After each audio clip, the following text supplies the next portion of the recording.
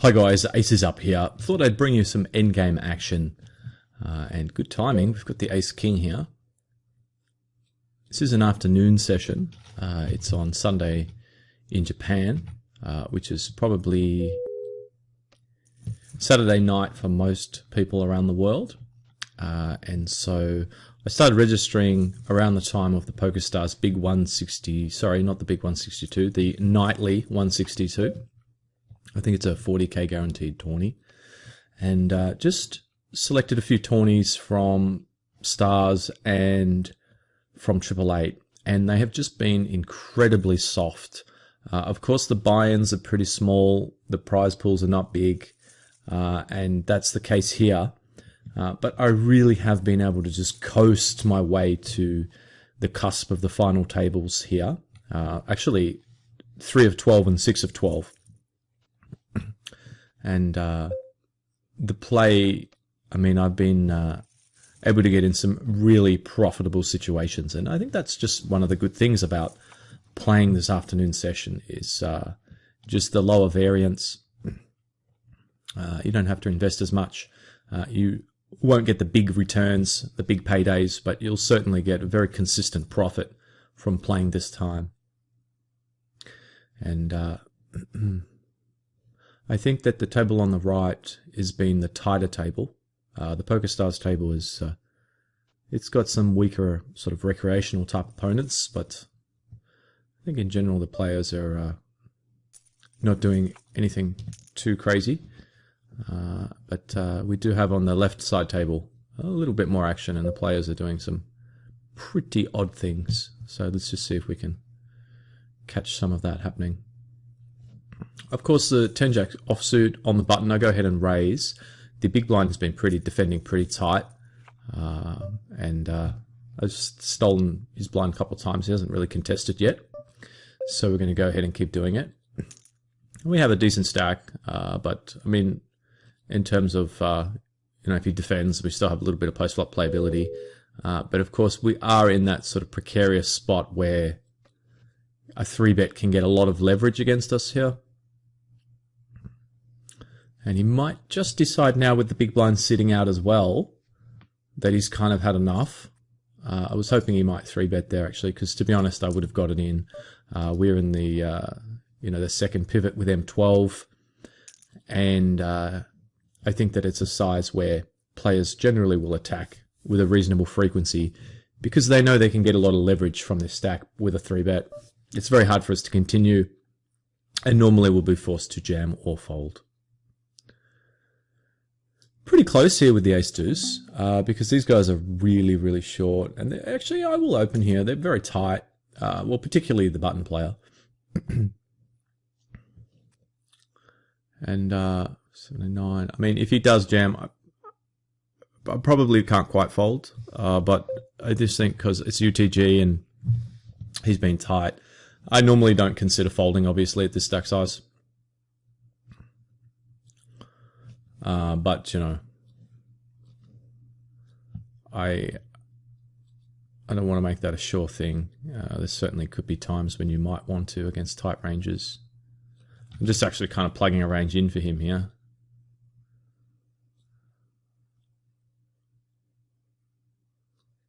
Just trying to get a feel for what to do. It's probably jamming something like that, I guess.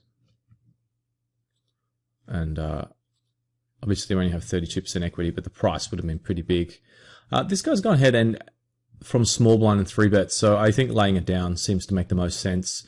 I know it's only 6-handed, so when I say UTG, it's not a full, obviously not as significant as a full ring open from UTG. But I just don't see this player messing around too much here. I haven't really noticed him doing anything out of line. And just going back to what I was saying, I'll just open up the calc and see what sort of odds we were getting if it had been a jam from the short stack. It's a close one, isn't it? Yeah, I think I'm going to fold it. It's a little bit weak. He only has M9 just under, so I think that hand's a little bit too weak. Going to get us in a bit of trouble. We're not going to flop big enough often enough, and we don't really have stacks deep enough to to be able to wield much of a skill edge. We did have position, obviously, but remember, the shorter the stacks, generally, the more significant that is for the player out of position, because there's more depth of stack gives the player in position a bigger advantage. I'm going to open here, just because this player's been kind of tight. We don't have a big sample. But, it is also the final table bubble, so it's only a $5 rebuy, but, I mean, it's significant to some players. There's a couple of K up top almost, so, yeah, I mean, 4, 5, 6, 7, 8, 9, 18, 27, 36, M3.5. M3.5. Wow, I'm right on with this one.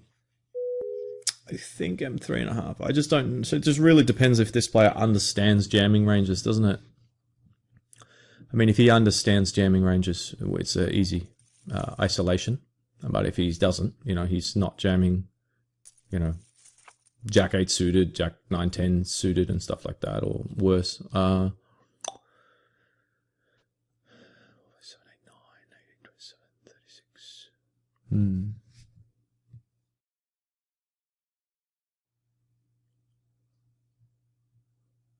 It's a really close spot. I think I'm going to fold. I think mathematically it's a call. But the reason why I'm folding is because, I mean, against this player's range, I think it's a call. But we do have just over M10 and 2 players behind. And we also have a stack where losing M4 does kind of cripple us a bit. I mean, we'll go down to sort of M7. Blinds are up in 1 minute. We'll be all of a sudden sort of M6, M5. So it's actually kind of a significant pot, even though it only seems like an M3.5 jam. So it's kind of a tight fold. But for those reasons, I'm just going to refrain from making that call there. Just maintain the M11 stack. Just play with a little bit of, just with stack preservation in mind. I'm just going to make kind of a tight fold there, I think. But, I don't know this player's... I've got him marked as sort of being a recreational player that's probably terrible. But that doesn't necessarily mean he's jamming wildly. I mean, players can sometimes be terrible because they don't jam enough when they're short, and they just wait for very tight hands and get blinded out. And you see them folding, in the big blind with like M, 1.5, and they're still folding, and, that's terrible. But they're playing tight, so... but time will tell. We'll probably see him open up something soon. But I have him noted that he 3-bet with a pretty short stack with King Jack, which seemed bad. So, yeah, not a super helpful note since we don't know the circumstances. But it sounds like, it was kind of like a early or mid position open, and he just decided to get it in with King Jack off.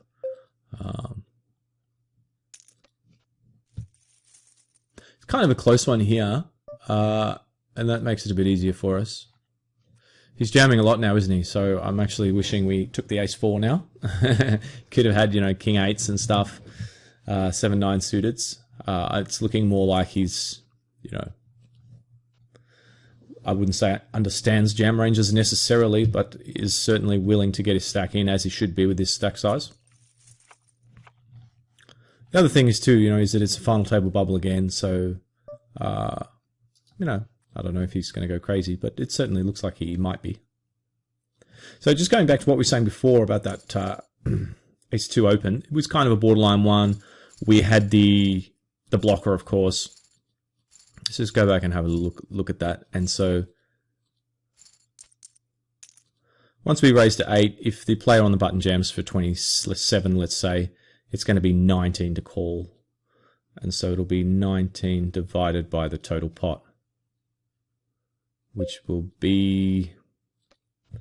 I'm just going to pull out a second calculator because it's because I'm lazy, really. So, what do we got here? So he's got 27. We said we're going to say 27 times 2 because it's our stack as well, plus blinds and antes. Plus 9 is 63. A7, I'm going to make them in here.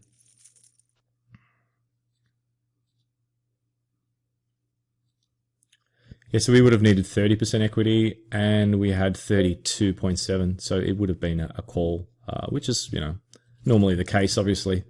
Presuming he's jamming this range here, which, well, I think he is. But, he might not be. I'm going to try it again now. It's a little bit better this time, I think. It's kind of tough here, because this guy's been 3-betting a lot on the left. And so he's only M7. And it's only 6-handed. I think ace-8 suited I would call, and ace-9 off up I would call, but I think ace-7's... It's probably just right there where, again, it's probably not quite... I think it'd be very close mathematically against an M7, well, just under M7 jam from the big blind there, since he seems to be aggressive from what we can see. But at the same time, I just think that we've got a pretty good stack here, and we don't need to take too many risks right now. I think that we can get a lot of leverage and find some pretty good spots, because it is a bit of a monkey table, to be honest. I've seen some pretty odd things. Kind of tight, this guy. He's been kind of tight. I won't go through my HUD stats, guys, but yeah, I mean, this is like where I have my early open here is I won't go through all of it, but just to give you an idea of the opening range, opening early position 14, middle 18, and late 14, so, not surprising he had queens. And I would have given him a little bit more respect, I think, just raising with that short stack size too. Less likely to be a wide, marginal hand. So you just see sort of all the endgame concepts here coming together, the player types, stack sizes, the positions, of course. And really, it's that fine line, isn't it, where we've made a couple of kind of close, almost tight folds. The ace-4 is the one that stands out, of course. And I think that's a very fine line between, shutting down and getting yourself in a sort of that situation where you're playing a little bit too tight. Which is, something that you don't want to do, because you want to, as you've heard me talk about, control your own destiny, so to speak. So you can doing that we do that by being aggressive, don't we? We don't want to rely on winning flips. And that's why maintaining aggression in these late stages is very critical. And so I don't want to get into a habit of folding too much or getting pushed around. But at the same time, we do want to just give ourselves that little buffer with our stack size where we're in a pretty good position. Probably on the right table, it's a little bit closer. It's a little bit more sort of... he has been folding a bit from the small blind, that guy, which is interesting to note too. But yeah, as I was saying, it's a little bit more of a precarious situation where we've just got that stack size where we could be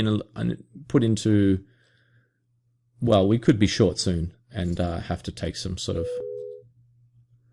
marginal spot. So it's a little bit different from the left where we have M20 because a little bit more pressure on us. So we can't really wield the same sort of deep stack and wait for some sort of ideal situation. Not that we're going to be doing that on the left table, but you guys know what I mean. We can afford to not do anything too risky on the left right now. I think I'm just going to fold on the right here.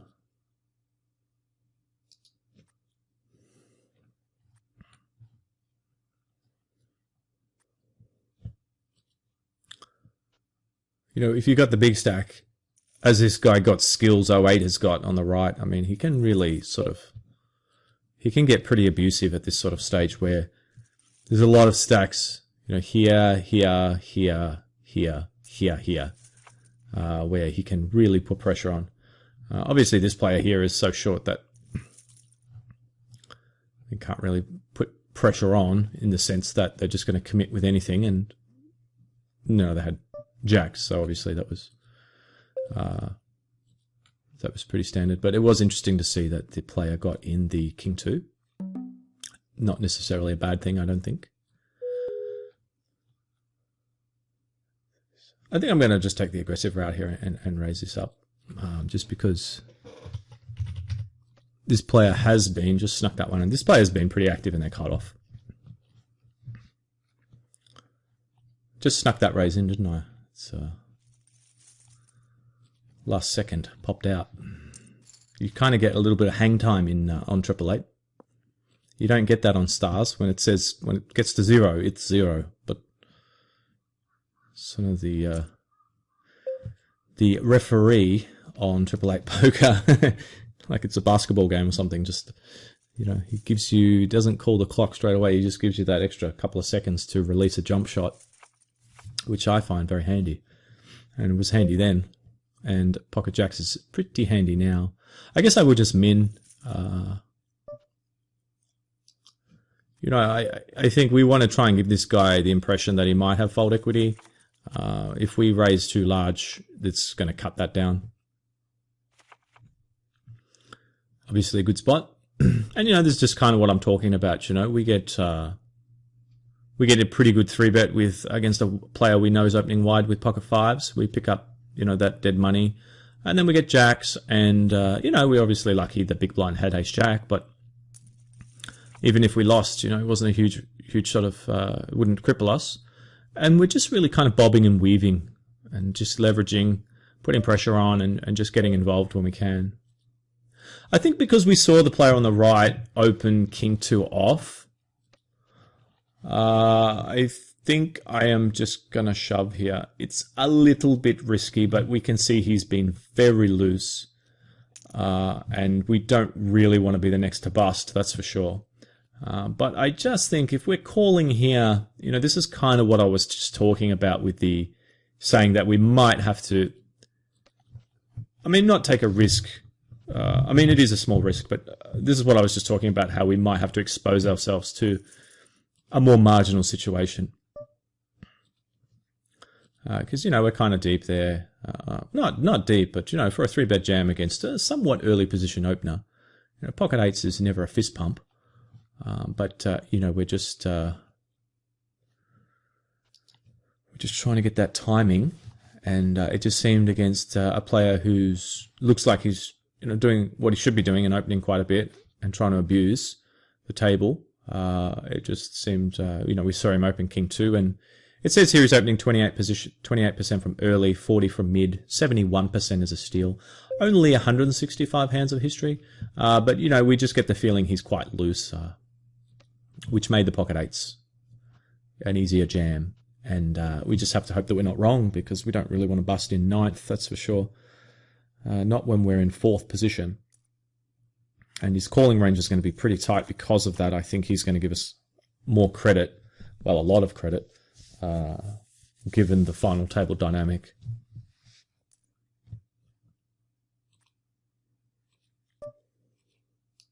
But yeah, that's kind of what I'm talking about in Endgame when I say you can't just wait. You know, we could just call there and play it safe, you know, try and get a safe board or see what he does on the flop and so forth. But I think that you're kind of just playing, I mean, you're just playing to move up in the money when you've really, in reality, got a pretty good spot to pick up a nice pot. And if he does happen to have ace king, ace queen, and calls, you know, we go up to 2nd position and put ourselves in a pretty good spot.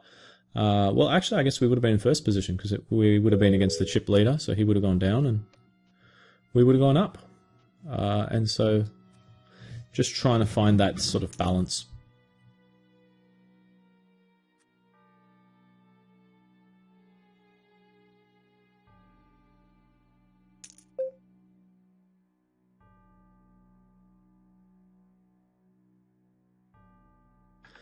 Pocket aces, we've just woken up with the pocket aces here.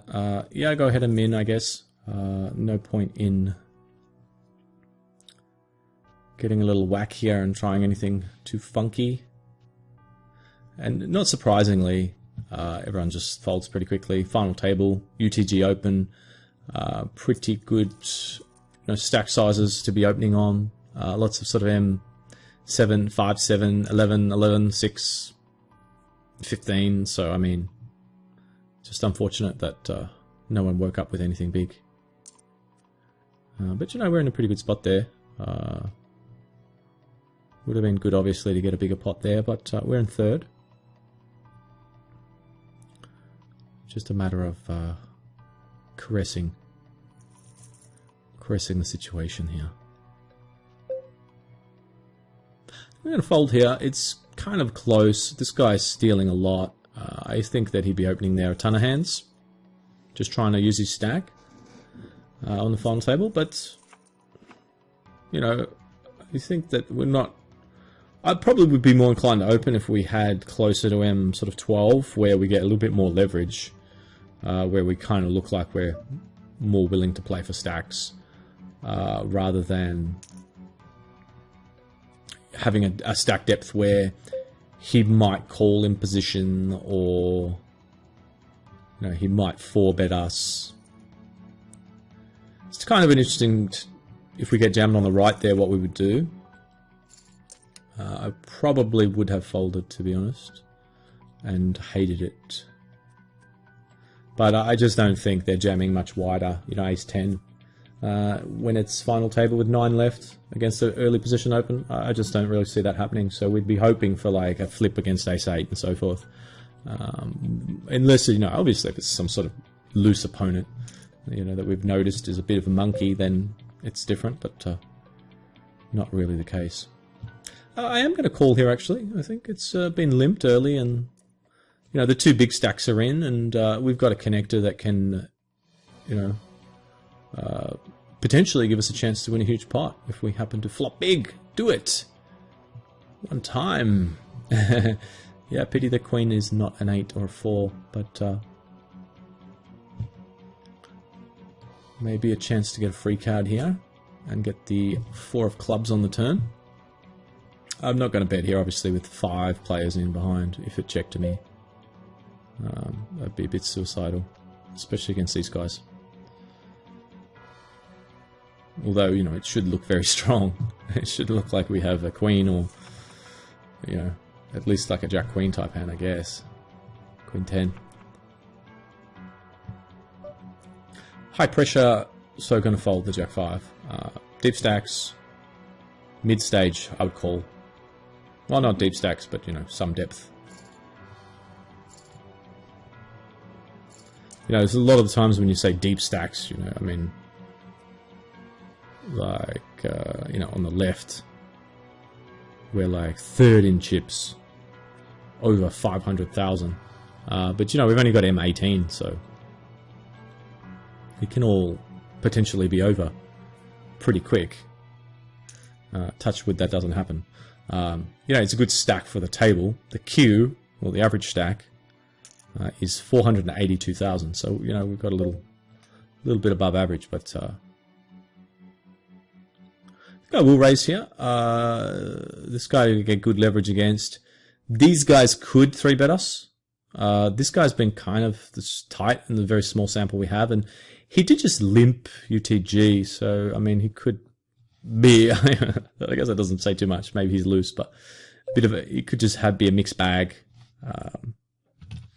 in terms of his style. Very hard to say. I mean, I guess we could maybe surmise that he might be on the loose side.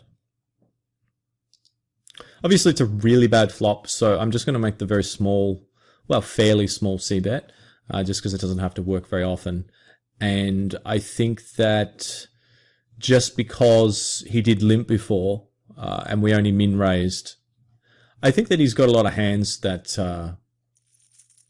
you know, I mean, he's probably got a lot of small, like, small suited connectors, or just suited cards, connected cards, and so forth. So I think that, you know, he could have their sort of 5-7 suited, and maybe a 4-5 suited, or like a, you know, sort of hand like we have, I guess. But I can't imagine he would fold a pair. If we get lucky, he might fold like a jack 8, I guess, suited, where he had a gutser, which is good. So I think between the chance of him I think between the chance of him folding a hand that's better than ours, and also just to keep the hand a little bit cleaner, because if we check back and the turn gives him a pair, he might do, or a flush draw or something, he might stab, or he might get sticky, or, you know, it's just sort of a one and done bet here, which I think just keeps it simple, one and done. So I think it's a profitable bet, and may even just be the most profitable, you know, from that point of the flop on, the most profitable way to proceed, I would think, against a player like that anyway.